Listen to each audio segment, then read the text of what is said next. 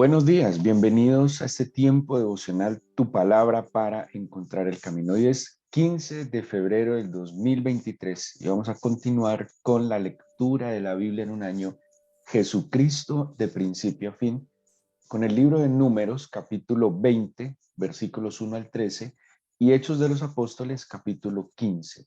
Números 20, del 1 al 13, y Hechos, capítulo 15.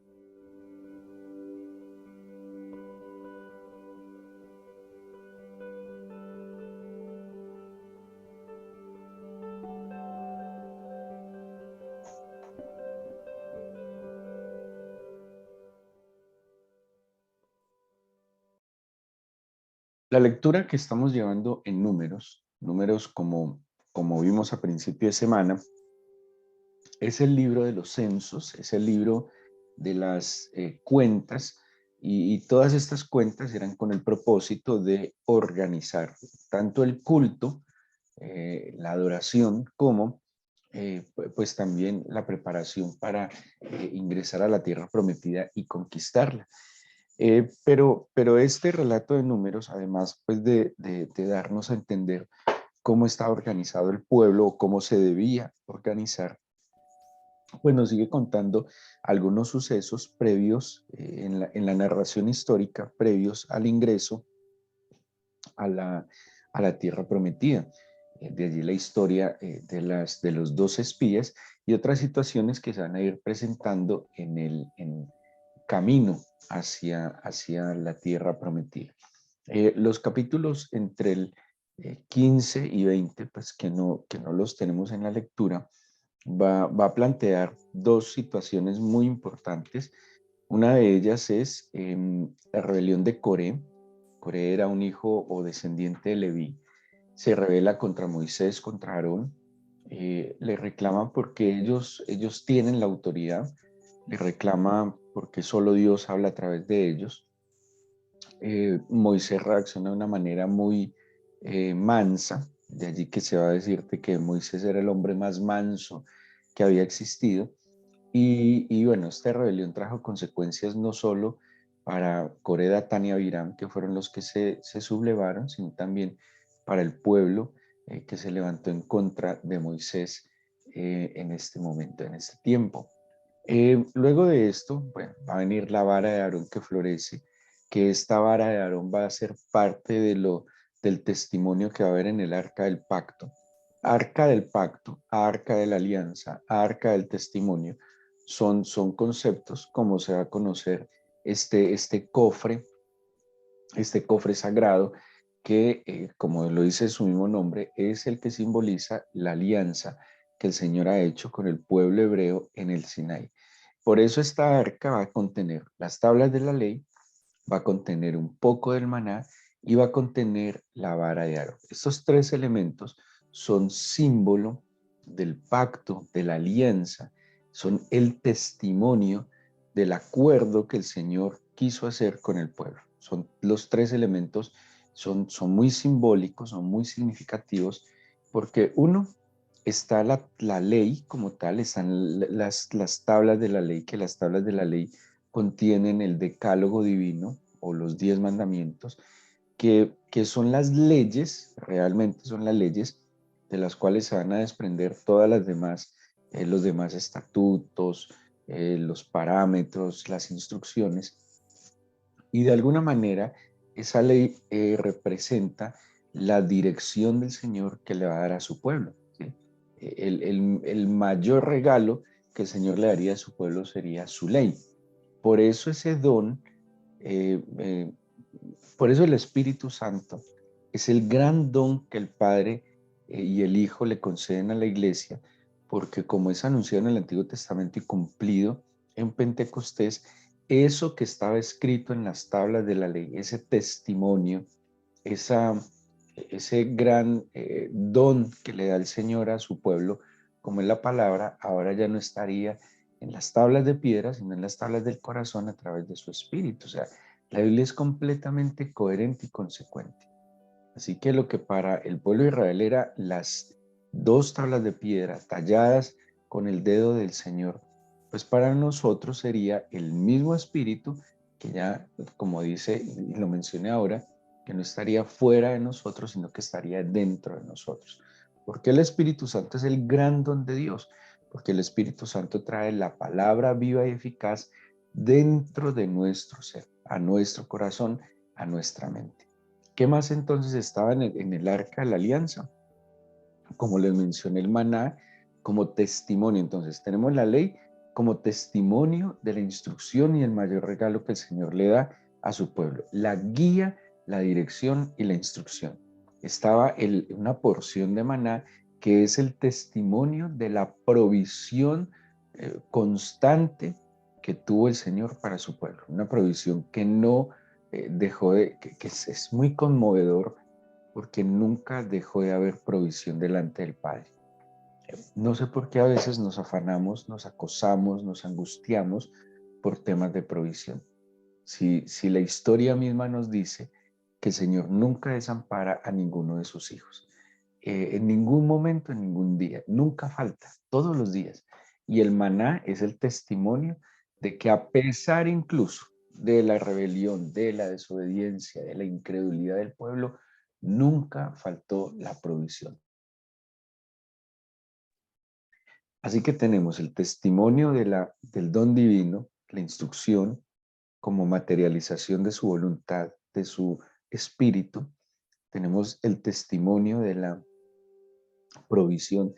La vara de Aarón representa en este contexto la autoridad que el Señor le delega a Aarón y a Moisés. Hubo una escena donde cada príncipe toma pues una vara y pues revertece la vara de Aarón. Las autoridades, según el libro de Romanos, han sido colocadas para nuestra protección.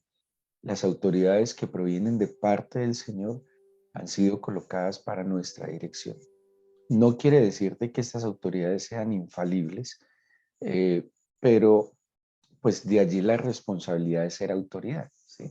Y es lo que más nos tiene que preocupar a nosotros. Todos nosotros tenemos de alguna manera una autoridad espiritual eh, como padres sobre nuestros hijos, algunos como servidores o pastores sobre una feligresía, y esta autoridad no es para abusar, no es una autoridad para aprovecharse, es una autoridad como el mismo Señor Jesucristo enseña para servir, es una autoridad para estar en las manos del Señor y poder acompañar, poder orientar a aquel pueblo, familia, empresa, bueno, sobre lo que el Señor nos haya colocado, insisto, no para aprovecharse, sino para servirle. Pero esta autoridad, como dice Romanos capítulo 13, el Señor la pone es para eso, para proteger, para orientar, para guardar, eh, para acompañar. Y eso representaba a Aarón y Moisés, aunque a algunos no les pareciera, porque el Señor algo vio en ellos y por eso los apartó, los ungió, los capacitó para orientar al pueblo.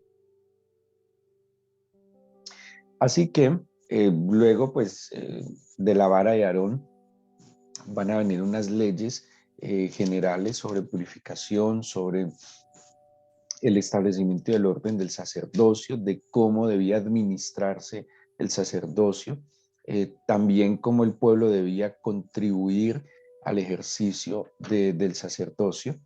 Y, y el 20, que es ya la lectura que hemos puesto hoy en la guía devocional, pues nos habla de un milagro que hemos mencionado sobre el agua que brota de la peña.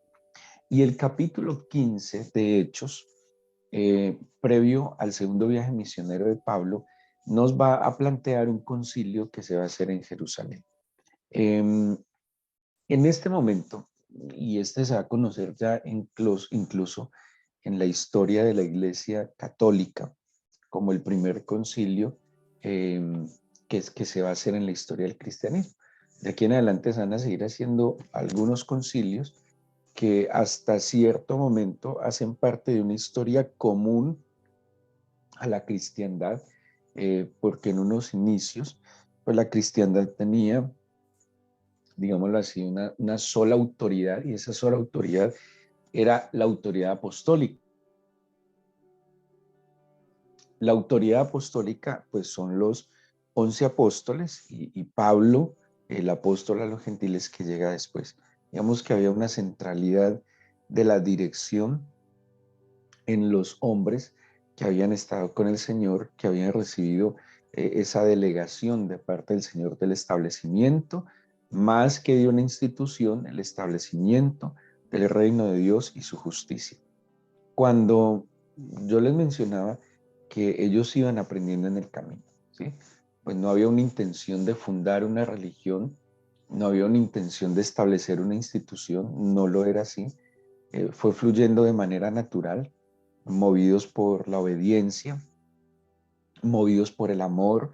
En esa medida ellos fueron recibiendo instrucción, empezaron a tomar sentido las palabras y enseñanzas del Señor. Ellos trataron de ir organizando las enseñanzas del Señor. Por eso empieza primero una tradición oral, donde ellos van repitiendo, eh, por poner un ejemplo, las bienaventuranzas, donde van repitiendo muchas enseñanzas del Señor hasta que se van volviendo instituciones. En un principio, los apóstoles y los discípulos seguían practicando el culto judío. ¿Qué quiere decir esto? Practicaban la circuncisión, iban al templo, a la adoración, porque al fin y al cabo eso fue lo que compartieron con el Señor Jesús, ¿sí? Porque el Señor Jesús no hizo una práctica diferente en su momento. Le dio como les explico, una aplicación mucho más profunda a las escrituras de los mandamientos del Antiguo Testamento, pero en la práctica él seguía practicando su religión judía. Pero en la medida en que ellos iban avanzando, iban entendiendo, descubriendo cosas, la idea o el conocimiento del Espíritu Santo no era claro al principio y uno lo puede notar en los escritos, que es algo que ellos también van a ir entendiendo en la medida que van caminando. Eh, También cuando vienen las persecuciones, cuando son atacados por los judíos, de alguna manera el mismo judaísmo fue marginando la fe cristiana, ¿sí? Porque el discurso era diferente, como ellos vivían era diferente, no era un discurso legalista, rígido, sino que había de alguna manera una percepción de libertad, de aceptación, donde había un anhelo por el bien común, donde había un anhelo por hacer que todos crecieran, que todos se edificaran, a diferencia de un judaísmo sectario que existía en ese momento. Así que en la medida en que ellos empiezan a crecer, a aprender, a entender las palabras del Señor, a vivir, y no solo entender, sino que ellos empiezan a vivir las palabras del Señor, pues obviamente tienen que irle dando orden y estableciendo cosas eh, para evitar confusiones, para evitar engaños, para evitar sectarismos, para evitar errores que hasta el día de hoy han afectado a la iglesia. Así que ellos deciden hacer un concilio, eso está en el capítulo 15 del libro de los Hechos de los Apóstoles, un concilio en Jerusalén dirigido por los apóstoles, donde van a exponer algunas situaciones a las que se están enfrentando nuevas en este crecimiento. Hay un choque cultural, hay un choque ideológico, porque los primeros cristianos son netamente judíos. Entonces para ellos era mucho más sencillo incluso comprender las palabras del Señor, era mucho más sencillo comprender mm, como se los digo, la ideología del Señor, porque compartían un fundamento que era el judaísmo. Eh, o sea que, por poner un ejemplo, todos los primeros cristianos eran circuncidados, todos los primeros cristianos tenían un rigor en su alimentación, todos los primeros cristianos, hasta que existió templo en Jerusalén, aproximadamente hasta el año 70 de nuestra era, pues practicaban ir al templo, practicaban cumplir todo el rigor de la ley judía, a pesar de entender de que el Señor Jesucristo había venido a dar un nuevo pacto. Pero cuando se expande la iglesia, cuando salen de los límites de la Tierra Santa, cuando ya sale del grupo de los judíos y se empiezan a adherir personas con otros fundamentos ideológicos, personas con otras experiencias, pues este choque tienen que irlo definiendo y tienen que dilucidarlo con claridad, ¿sí? Porque en un momento algunos intentaron hacer un paso que así lo veían necesario. No necesariamente tenemos que juzgarlo como algo malo, sino que ellos percibían que así había que hacerlo. Entonces, como ellos fueron judíos que aceptan a Jesucristo como el Mesías, es más, ellos ni siquiera se llamaron cristianos. A ellos los llamaron cristianos.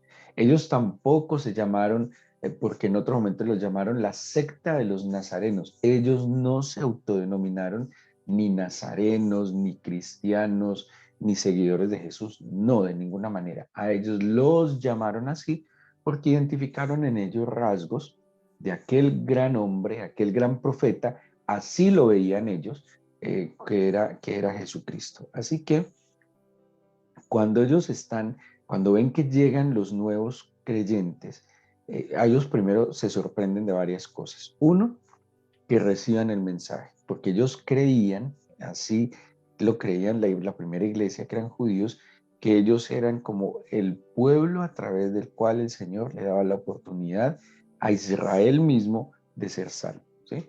Para ellos la era mesiánica era la libertad que tanto estaban esperando.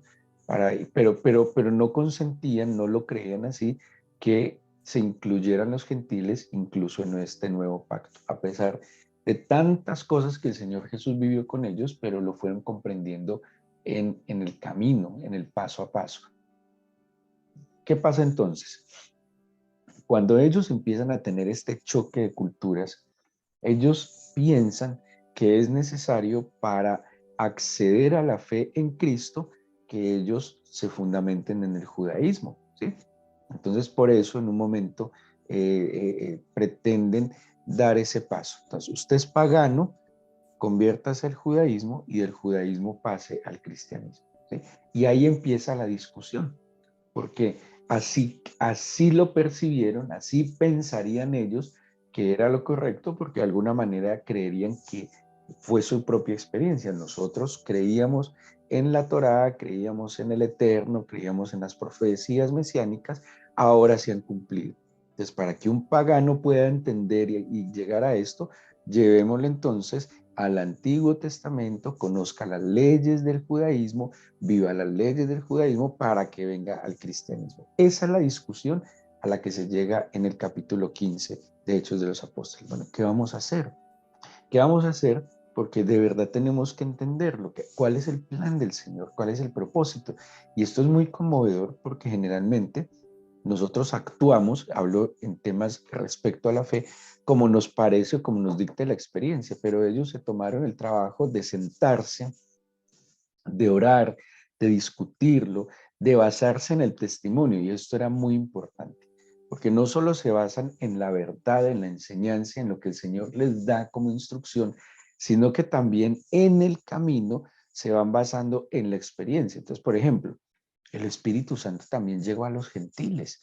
Ellos creían que el Espíritu Santo era como un don exclusivo del cristianismo judaísmo, del cristianismo que se basa o que nace en el judaísmo. Cuando llega a los gentiles, eso sí que rompe cualquier esquema o idea que ellos tuvieran de la vida de fe. Se llegan al concilio y empiezan a discutir, bueno, ¿por qué les estamos imponiendo ciertas cargas? Y hay una discusión hablando de la libertad, la ley. De esto yo les hablaba hace poco. La ley, según explica Pablo cuando le escribe a los Gálatas, que tienen este problema de la judaización de los gentiles, él termina explicando que la ley es un ayo. ¿Qué es un ayo? Un maestro. Dice que la ley es el maestro, el guía, que lleva al niño y que lo va guiando hasta que el niño es maduro. Entonces, ¿qué es la ley? Un parámetro, sí, un límite que como es inmaduro, tiene que llevarlo hasta que encuentre realmente la gracia, la verdad y la vida en el Espíritu, donde ya no va a ser guiado por este ayo, sino que va a ser de alguna manera independiente. ¿Qué es la independencia de la ley o la independencia de los hombres? La plena dependencia del Espíritu del Señor, ¿sí? Cuando yo no soy dependiente del Espíritu del Señor, paso a ser dependiente de los seres humanos, de las instituciones, de, de los dogmas religiosos, paso a ser dependiente de los maestros. Pero cuando yo dependo del Espíritu Santo, pues literalmente voy a depender de lo que el Señor vaya poniendo en el camino. Y si el Señor en el camino, en la dependencia del Espíritu Santo, me dice, acójase a esta cobertura, acójase a esta instrucción, en esa misma libertad yo lo puedo hacer. No, no se le olvide esto. Más dependencia del Señor es más independencia de los seres humanos, es más independencia de malas cosas, de malas influencias.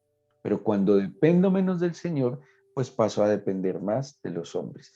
Y no siempre vamos a depender de buenas cosas, no siempre vamos a depender de buenas personas, sí, cuando no estamos completamente sujetos del Espíritu del Señor. Ellos entonces en el capítulo 15 empiezan a discutir y toman testimonios de lo que está pasando. Dicen, los gentiles han recibido el Espíritu Santo, los gentiles están viviendo también, experimentando las dinámicas del Espíritu Santo. Había una discusión de que se tienen que circuncidar, o sea, entren al pacto antiguo para entrar al pacto nuevo. Esa era en términos generales la idea, ¿sí? Y Pedro mismo y los apóstoles empiezan a decir, bueno, ¿por qué les vamos a poner unas cargas que ni siquiera nuestros padres y nosotros mismos hemos cumplido? Dice el versículo 10. Ahora pues, ¿por qué tentáis a Dios poniendo sobre la cerviz de los discípulos un yugo que ni nuestros padres ni nosotros hemos podido llevar? Antes creemos que por la gracia del Señor Jesús seremos salvos de igual modo que ellos, ¿sí? Entonces toda esta discusión empieza a moverse a que nosotros no podemos, eso es ser hipócritas. Le voy a exigir a otro que haga algo que yo no soy capaz de hacer, ¿sí? Entonces les dice, si Él nos dio libertad del yugo, porque la ley se convierte en un yugo, ¿en qué sentido? Que no hay manera de cumplirla, ¿sí? En eso es un yugo. Porque si yo tuviera manera de cumplir la ley, entonces la ley me permitiría pues ser agradable delante del Señor. Pero como Él dice, ni nuestros padres ni nosotros hemos sido capaces, ¿cómo le vamos a poner otro yugo a otros? Empiezan entonces a citar la Biblia, a entender que desde el Antiguo Testamento había un plan y un propósito de liberar al pueblo, no solo al pueblo judío, sino al pueblo gentil, de todas aquellas ideas. A ver, porque la vida en el Espíritu es la madurez, ¿sí? No que la ley sea mala, sino que la ley es imperfecta, tenaz. A ver, suena extraño decirlo, no es que sea imperfecta la ley, sino que no hay manera que el ser humano alcance el cumplimiento de la perfecta ley. Así que la ley es un paso que nos va a llevar a la perfección en la gracia. ¿Y por qué la gracia es la perfección? Porque es la acción plena del Espíritu Santo. Porque en la ley es mi fuerza, es mi capacidad, es mi intención, pero en la gracia es la vida plena en el Espíritu Santo, donde en verdad yo bajo mis manos, yo me rindo y me entrego a la vida en el Señor. ¿Qué definen en este concilio? Cuatro cosas, solo cuatro cosas que le van a imponer a los nuevos discípulos.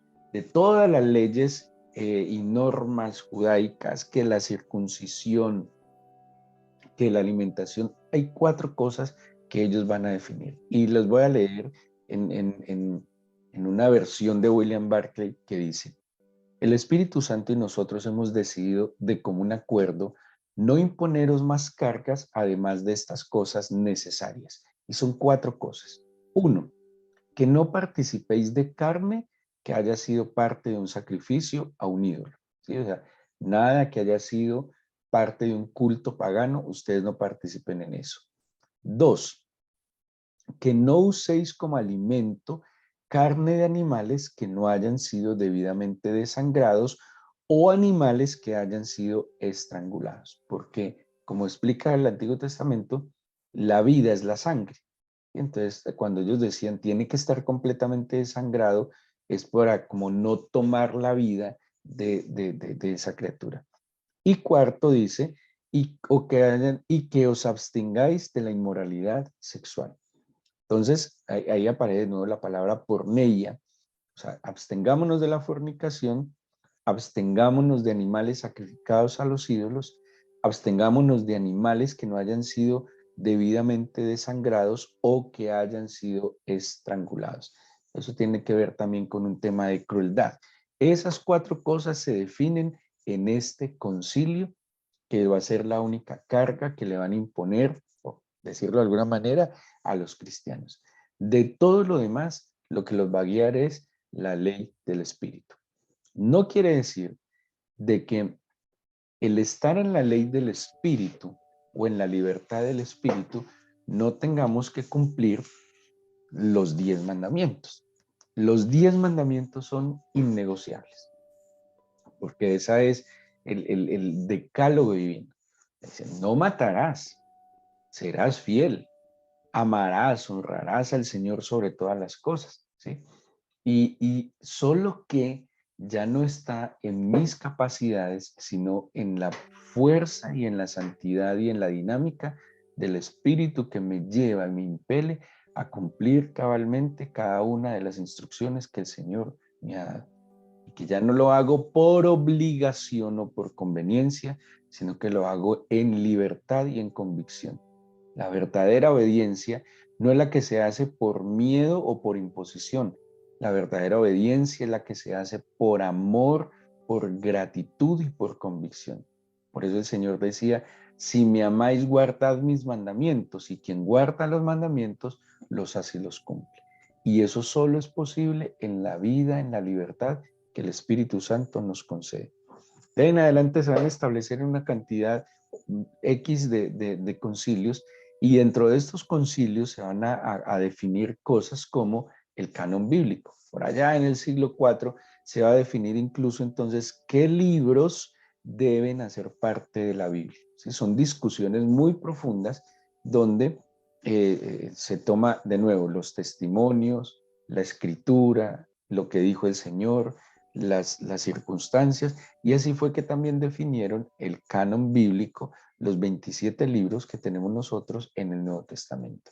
O sea que estos concilios eran y han sido muy importantes en definir como algunos parámetros de esta fe que está surgiendo, y pues de poder entender y discernir, aplicar y obedecer las palabras y las instrucciones que el Señor ha dado. Vamos a orar, vamos a darle gracias al Señor en este día.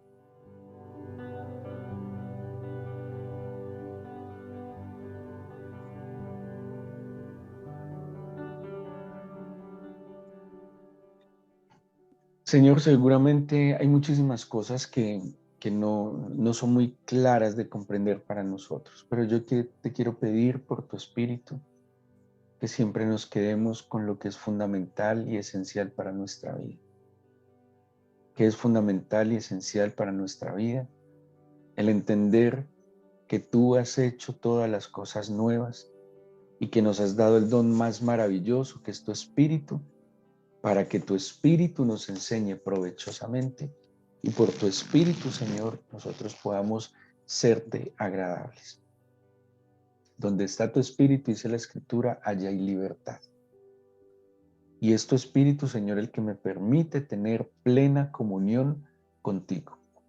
Y tu Espíritu en mí, Señor, me va a permitir tener tus pensamientos, tus verdades, y de esa manera discernir y saberme conducir de la manera en que tú quieres para mí.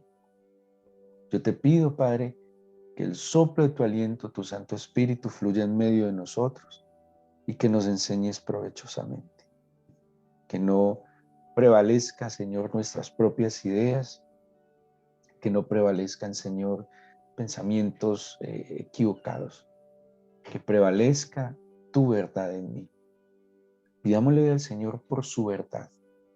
Hay tanta información y en medio de tanta información hay tanta mentira y engaño que es necesario pedirle al Señor que agudice nuestros oídos, los limpie y que nuestro corazón siempre discierna lo que venga de Él. Yo te pido por favor que tu Espíritu nos dé sabiduría, entendimiento, comprensión de las Escrituras, pero sobre todo que nos permita caminar de tu mano. Bendice a tu pueblo, Señor, sobre el cual se invoca tu nombre. Escucha nuestras oraciones, guíanos de tu mano a toda verdad. Permítenos, Señor, afianzarnos en la fe, que es lo que más te agrada. Yo te suplico, Padre, que guardes de todo mal y peligro a tus hijos, que protejas nuestro país, que guardes, Señor, de la ignorancia y de la brutalidad a nuestro país. Y permítenos que tu verdad sea conocida para que haya libertad. Te agradezco por escuchar nuestra oración, estar con nosotros. En el nombre de Jesús. Amén.